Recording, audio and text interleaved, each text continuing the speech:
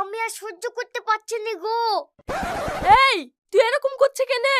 আমার খুব পায়খানা চাপিছে ভাই। তোকে বারবার বলি তেলে ভাজা জিনিস খাসনি, তাও তুই খাস।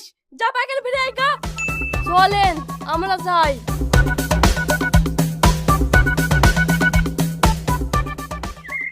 এই বাগানে আমার আব্বাকে মাটি দেওয়া হয়েছে, এবার আপনি ডাকুন। জমিদার বাবু, ও জমিদার বাবু, জমিদার বাবু। কি রে আছেন, কিছু বলছিস? দেখলেন তো বাবু, সাড়া দিল। সাড়া তো দিল, এ তো আমার আব্বার কণ্ঠ লাগছে না। আরে আপনি জানেন না, মানুষ মরে যাওয়ার পর কণ্ঠ পাল্টে যায়। এবার আপনি জিজ্ঞাসা করেন। আব্বা, ও আব্বা। হ্যাঁ বল। আব্বা, তুমি কেমন আছো? আমি ভালো নাই। যতক্ষণ পর্যন্ত আমার ঋণ না শোধ হবে ততক্ষণ পর্যন্ত আমার আত্মা শান্তি পাবে না। তার জন্য তো এসছি। এই ইয়াসিন আর বিশু আপনার সাথে কত টাকা পাবে? ওই বিশু পাবে 10 লাখ আর এই ইয়াসিন পাবে 115 টাকা।